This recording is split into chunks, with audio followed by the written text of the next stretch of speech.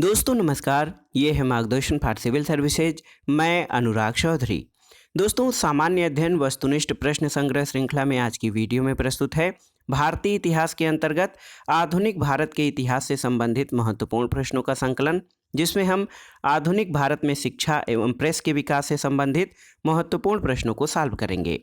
ये video UPPCS प्रारंभिक परीक्षा, आरओ यानी समीक्षा अधिकारी, सहायक समीक्षा अधिकारी, लोअर पीसीएस और अधीनस्थ सेवा चयन आयोग द्वारा आयोजित की जाने वाली विभिन्न परीक्षाओं जैसे पेट परीक्षा, जूनियर असिस्टेंट भर्ती, लेखपाल भर्ती के साथ साथ TGT, PGT, government inter college प्रवक्ता, government degree college assistant professor और नेट जेआरएफ इतिहास के लिए बहुत ही उपयोगी है।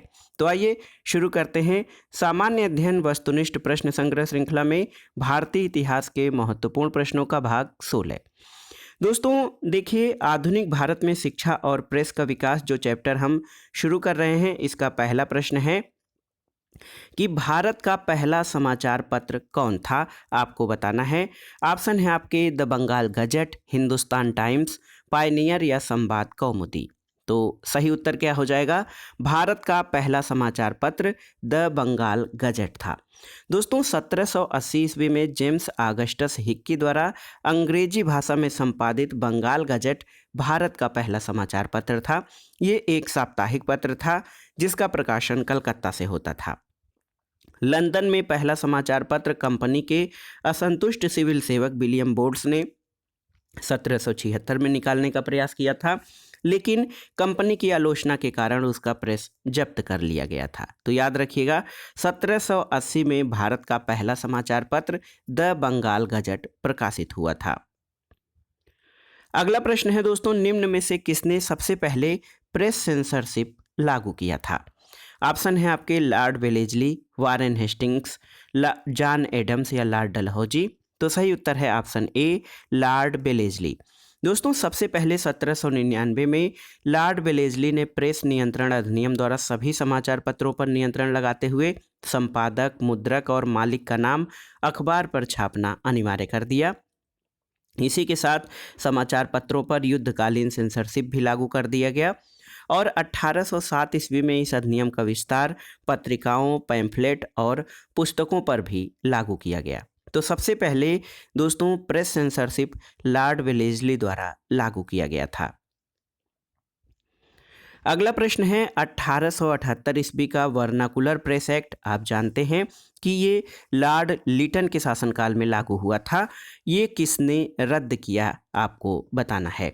ऑप्शन है आपके Lord Ripon, Lord Lytton, Lord Curzon या लॉर्ड मिंटो। तो सही उत्तर है ऑप्शन ए, लॉर्ड रिपन। दोस्तों वर्ष 1878 में लॉर्ड लिटन के कार्यकाल में वर्नाकुलर प्रेस एक्ट 1878 पारित किया गया और इस अधिनियम के द्वारा भारतीय भाषा में प्रकाशित होने वाले समाचार पत्रों पर प्रतिबंध लगा दिया गया। इस एक्ट को गैगिंग एक्ट या मुहबंद करने वाला अधिनियम भी कहा गया और दोस्तों वर्ष 1880 में नियुक्त किए गए नए गवर्नर जनरल लॉर्ड रिपन ने इसे समाप्त कर दिया था।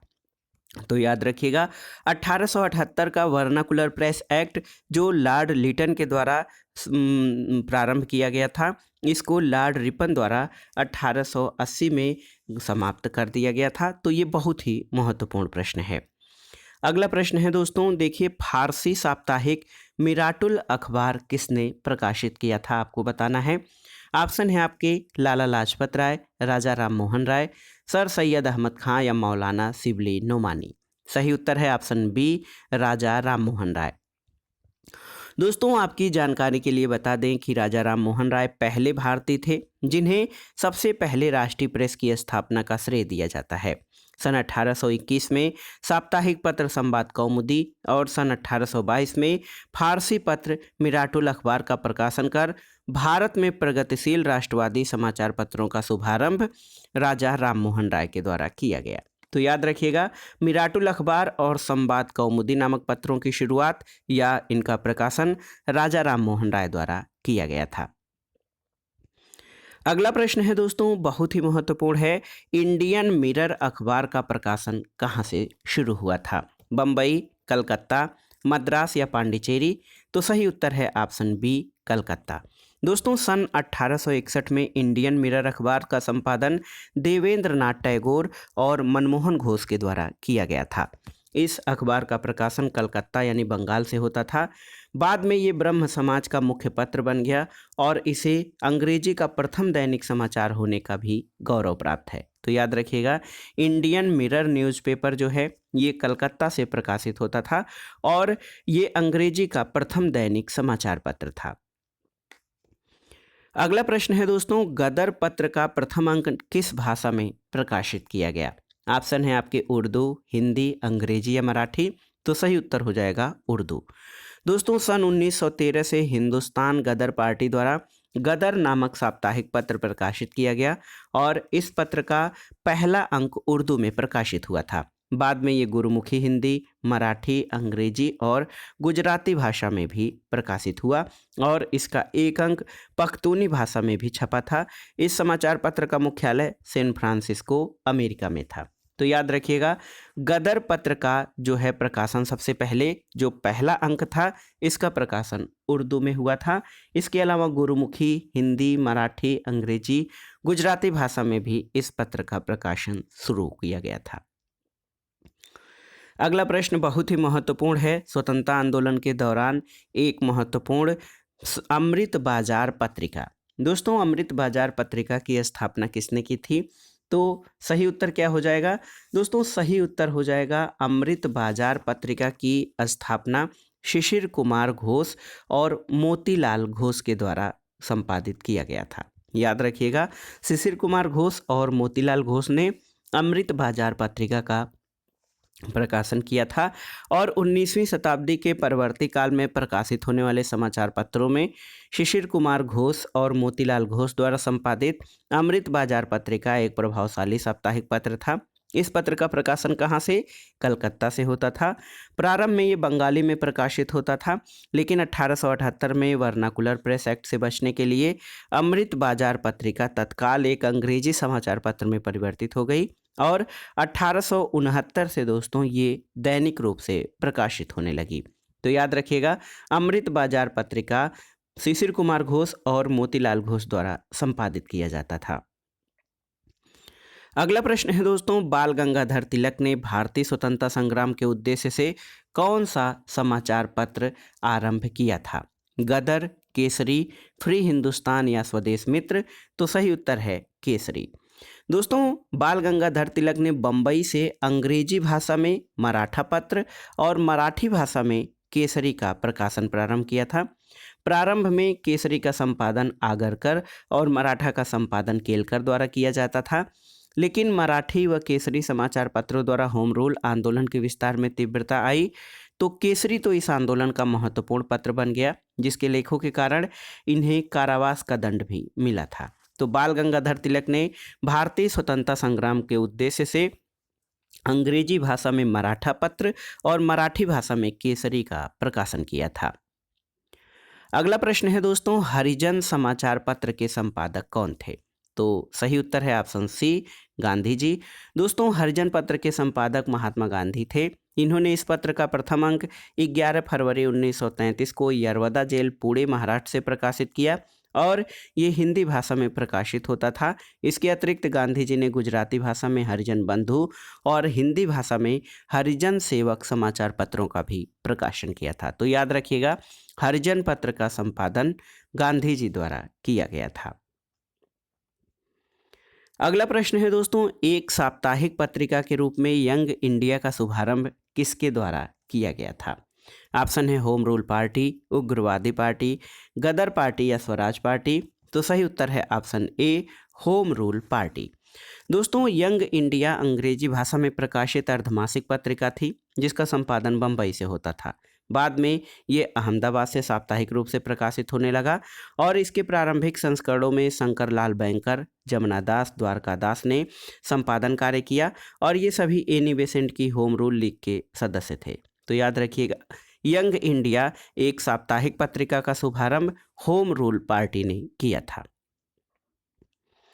अगला प्रश्न है दोस्तों, स्वदेश वाहिनी। देखिए स्वदेश वाहिनी के संपादक कौन थे आपको बताना है। ऑप्शन है सी वी रमन पिल्लई, CN मुदलियार, के रामकृष्ण पिल्लई या CR रेड्डी। तो सही उत्तर है दोस्तों, देखिए बहुत ही महत्वपूर्ण है, स्वदेश वाहिनी का संपादन रामकृष्ण पिल्लई द्वारा त्रावणकोर में किया जाता था और 1910 ईस्वी में सरकार और त्रावणकोर के दीवान के विरुद्ध लिखने पर इसको प्रतिबंधित कर दिया गया था। तो याद रखिएगा, स्वदेश वाहिनी पत्र के संपादक के रामकृष्ण पिल्लई थे और दोस्तों इसका संपादन त्रावणकोर से किया जाता था। अगले प्रश्न पर आते हैं दोस्तों, प्रश्न संख्या 12 है आपका, द इंडियन ओपिनियन पत्र को निम्नलिखित में से किस भाषा में नहीं छापा जाता था? ऑप्शन है आपके अंग्रेजी, गुजराती, तमिल या उर्दू। तो सही उत्तर है ऑप्शन डी, उर्दू। देखिए दोस्तों, गांधी जी को दक्षिण अफ्रीका के अनुभवों और सत्याग्रह के उनके प्रयोगों ने इंडियन ओपिनियन नामक पत्र के संपादन की प्रेरणा दी। 4 जून 1903 को 4 भाषाओं में इसका प्रकाशन प्रारंभ किया गया, जिसके एक ही अंक में हिंदी, अंग्रेजी, गुजराती और तमिल भाषा में 6 कॉलम प्रकाशित होते थे और ये 1904 में दक्षिण अफ्रीका में डरबन में फिनिक्स आश्रम में प्रकाशित होता था। इसके प्रथम संपादक मनसुख लाल नजर थे, जो नटाल कांग्रेस के सचिव थे। तो याद रखिएगा, इंडियन ओपिनियन पत्र गांधी जी द्वारा प्रकाशित किया जाता था और ये अंग्रेजी, गुजराती, तमिल और हिंदी में प्रकाशित होता था।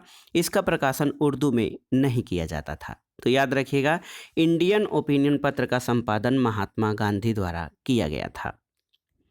अगला प्रश्न है दोस्तों, मराठी पाक्षिक पत्र बहिष्कृत भारत किसने आरंभ किया था? आपको बताना है। ऑप्शन है बाल गंगाधर तिलक, BR अम्बेडकर, VD सावरकर या गोपाल कृष्ण गोखले। तो सही उत्तर है मराठी पाक्षिक पत्र जो है बहिष्कृत भारत का प्रारंभ BR अम्बेडकर, बाबा साहब डॉक्टर भीमराव अम्बेडकर ने किया था। ऑप्शन बी आपका सही उत्तर हो जाएगा। दोस्तों देखिए, डॉक्टर BR अम्बेडकर ने हरिजनों के कल्याण और अछूतों के उद्धार के लिए 1924 में अखिल भारतीय दलित वर्ग की स्थापना की और 1927 में बहिष्कृत भारत नामक पाक्षिक पत्रिका का संपादन किया। इसके माध्यम से उन्होंने अछूतों के लिए मंदिरों में प्रवेश और सार्वजनिक कुओं से पानी भरने जैसे सामाजिक और नागरिक अधिकारों की प्राप्ति के लिए संघर्ष किया था। तो याद रखिएगा दोस्तों, बहिष्कृत भारत पत्र का संपादन डॉक्टर भीमराव अंबेडकर द्वारा किया गया था। अगला प्रश्न है दोस्तों, वर्ष 1920 में लाहौर से लाला लाजपत राय द्वारा कौन सा उर्दू समाचार पत्र प्रारंभ किया गया था? आपको बताना है। ऑप्शन है वंदे मातरम, पीपुल, ट्रिब्यून या वीर अर्जुन। तो सही उत्तर क्या हो जाएगा दोस्तों? सही उत्तर हो जाएगा वंदे मातरम। ऑप्शन ए आपका सही उत्तर है। देखिए, लाला लाजपत राय ने लाहौर से एक उर्दू दैनिक पत्र वंदे मातरम का संपादन प्रारंभ किया। ये अत्यधिक लोकप्रिय समाचार पत्र था, जिसकी लगभग 5000 प्रतियां प्रतिदिन लोगों तक पहुंचती थीं। किसी विषय पर विवाद के कारण 10 मई 1927 को इस समाचार पत्र को पुलिस द्वारा जब्त कर लिया गया। बाद में लाहौर से ही लाला लाजपत राय ने द पीपुल नामक साप्ताहिक अंग्रेजी समाचार पत्र का भी संपादन किया था। तो याद रखिएगा, लाला लाजपत राय द्वारा लाहौर से वंदे मातरम नामक उर्दू दैनिक पत्र का संपादन किया जाता था। अगला प्रश्न है दोस्तों, किसके प्रयत्नों से बम्बई में प्रथम महिला विश्वविद्यालय की स्थापना की गई थी? ये बहुत ही महत्वपूर्ण प्रश्न है दोस्तों। इसमें देखिए, बहुत ही महत्वपूर्ण नाम है समाज सुधारक के रूप में DK कर्वे। DK कर्वे, जिनका पूरा नाम धुंधुपंत केशव कर्वे रहा, ये महाराष्ट्र के प्रसिद्ध समाज सुधारक और सामाजिक कार्यकर्ता थे। उनके द्वारा बम्बई यानी मुंबई में स्थापित SNDT महिला विश्वविद्यालय 1916 भारत का पहला महिला विश्वविद्यालय था। वे सन 1931-32 में महिला विश्वविद्यालय के कुलपति भी रहे और उन्हें वर्ष 1958 में भारत रत्न से सम्मानित किया गया। तो याद रखिएगा दोस्तों, प्रथम महिला विश्वविद्यालय की स्थापना बम्बई में धुंधुपंत केशव कर्वे द्वारा की गई थी। अगला प्रश्न है दोस्तों, बहुत ही महत्वपूर्ण है, डेक्कन एजुकेशनल सोसाइटी की स्थापना किसने की थी? ऑप्शन है justice Ranade, Feroz Shah Mehta, VG Tilak या दयानंद सरस्वती। तो सही उत्तर है option A, justice Ranade. दोस्तों डेक्कन एजुकेशनल सोसाइटी की स्थापना 1880 में विष्णु शास्त्री चिपुलकर और बाल गंगाधर तिलक के न्यू इंग्लिश स्कूल पुणे के साथ आरंभ हुई और इसका गठन 1884 में औपचारिक रूप में हुआ और इस संस्था के संस्थापकों में सर्वप्रमुख न्यायमूर्ति गोविंद रानाडे थे और डेक्कन एजुकेशनल सोसाइटी का मुख्यालय दोस्तों मुंबई में स्थित था। तो याद रखिएगा, डेक्कन एजुकेशनल सोसाइटी की स्थापना न्यू इंग्लिश स्कूल पुणे के रूप में पुणे के साथ प्रारंभ हुई और 1884 में इसका औपचारिक रूप में प्रारंभ हुआ। न्यायमूर्ति गोविंद रानाडे डेक्कन एजुकेशनल सोसाइटी के संस्थापकों में सबसे प्रमुख थे। अगला प्रश्न है दोस्तों, सूची 1 को सूची 2 से सुमेलित कीजिए और दिए गए कूट के आधार पर सही उत्तर का चयन करिए। देखिए, हिंदू समाचार पत्र, ये दोस्तों जी सुब्रमण्यम अय्यर द्वारा इसकी स्थापना की गई थी। इसके अलावा सुधारक, तो सुधारक का संपादन जी.के. गोखले द्वारा किया जाता था। वॉयस ऑफ इंडिया दोस्तों दादा भाई नौरोजी द्वारा और बंगाली S.N. बनर्जी के द्वारा। तो याद रखिएगा दोस्तों, हिंदू समाचार पत्र की शुरुआत 1878 में मद्रास में हुई थी और इसके संपादक जी सुब्रमण्यम अय्यर थे। सुधारक समाचार पत्र के संपादक गोपाल कृष्ण गोखले थे। दादा भाई नौरोजी ने वॉयस ऑफ इंडिया का संपादन किया और बंगाली समाचार पत्र के संपादक S.N. बनर्जी थे। बंगाली समाचार पत्र देखिए, ये बंगाली में नहीं बल्कि इंग्लिश भाषा में प्रकाशित होती थी और बंगाली समाचार पत्र का दृष्टिकोण जो है वो उदारवादी था। तो जो कूट है उनके आधार पर आपका ऑप्शन डी सही उत्तर हो जाएगा। 3, 2, 1, 4 सही कूट है। अगला प्रश्न है दोस्तों, सूची 1 का सूची 2 से सुमेलन करना है और दिए गए कूट का प्रयोग करते हुए इनका जो है मिलान करना है। तो देखिए दोस्तों, बॉम्बे क्रॉनिकल फिरोज शाह मेहता द्वारा ये प्रारंभ किया गया था। कॉमनवेल, ये श्रीमती एनी बेसेंट के द्वारा, कॉमनवेल पत्र जो है एनी बेसेंट के द्वारा। लीडर आप जानते हैं कि मदन मोहन मालवीय के द्वारा और सर्च लाइट सच्चिदानंद सिन्हा के द्वारा। तो सही उत्तर कौन सा हो जाएगा? सही उत्तर हो जाएगा 3, 1, 2, 4, ऑप्शन सी आपका सही उत्तर है। एक बार फिर से देख लेते हैं दोस्तों, बॉम्बे क्रॉनिकल फिरोज शाह मेहता द्वारा प्रकाशित समाचार पत्र था। न्यू इंडिया और कॉमनवेल्थ का संपादन एनी बेसेंट ने किया। लीडर मदन मोहन मालवीय द्वारा और सर्च लाइट सच्चिदानंद सिन्हा द्वारा प्रकाशित किया जाने वाला समाचार पत्र था। अगला प्रश्न और इस प्रैक्टिस सेट का आखिरी प्रश्न है दोस्तों, कालिदास की प्रसिद्ध रचना अभिज्ञान शाकुंतलम का सबसे पहले अंग्रेजी में अनुवाद किसने किया था? सही उत्तर क्या हो जाएगा? उत्तर हो जाएगा sir William Jones. Option D आपका सही उत्तर है दोस्तों। सर विलियम जोन्स ने वारेन हेस्टिंग्स के कार्यकाल में कलकत्ता उच्चतम न्यायालय के न्यायाधीश नियुक्त हुए थे और इनकी प्रेरणा पर 1784 में बंगाल एशियाटिक सोसाइटी की स्थापना हुई और इस संस्था ने एशियाटिक रिसर्चेज नामक पत्रिका के माध्यम से भारत के अतीत में उसको प्रकाश में लाने का कार्य किया। और दोस्तों देखिए, एशियाटिक सोसाइटी ऑफ बंगाल का उद्देश्य एशिया के इतिहास, कला, विज्ञान, साहित्य और पुरावशेषों के विषय में खोज करना था। इस सोसाइटी के विद्वानों में वेदों, महाभारत, अभिज्ञान शाकुंतलम जैसे महान भारतीय ग्रंथों का यूरोपीय भाषा में अध्ययन और अनुवाद किया था। तो याद रखिएगा, कालिदास की प्रसिद्ध रचना अभिज्ञान शाकुंतलम का अंग्रेजी में अनुवाद सर विलियम जोन्स ने किया था और विलियम जोन्स ने ही एशियाटिक सोसाइटी जो है 1784 में बंगाल एशियाटिक सोसाइटी की स्थापना की थी। तो दोस्तों ये था आज का प्रैक्टिस सेट। देखा जाए तो ये आगामी परीक्षाओं के लिए बहुत ही महत्वपूर्ण है, क्योंकि आप सभी जानते हैं आधुनिक भारत का इतिहास खंड भारतीय इतिहास में सर्वाधिक महत्व का है और यहाँ से केवल भारतीय इतिहास के अंतर्गत ही नहीं बल्कि राजव्यवस्था खंड में भी आधुनिक भारत के इतिहास से कई प्रश्न पूछे जाते हैं। इस दृष्टि से ये खंड बहुत ही महत्वपूर्ण हो जाता है। तो दोस्तों वीडियो आपको कैसा लगा हमें कमेंट बॉक्स में ज़रूर बताइएगा। वीडियो को लाइक करें, शेयर करें और इस चैनल मार्गदर्शन फॉर सिविल सर्विसेज को सब्सक्राइब करें। वीडियो देखने के लिए धन्यवाद दोस्तों। नमस्कार।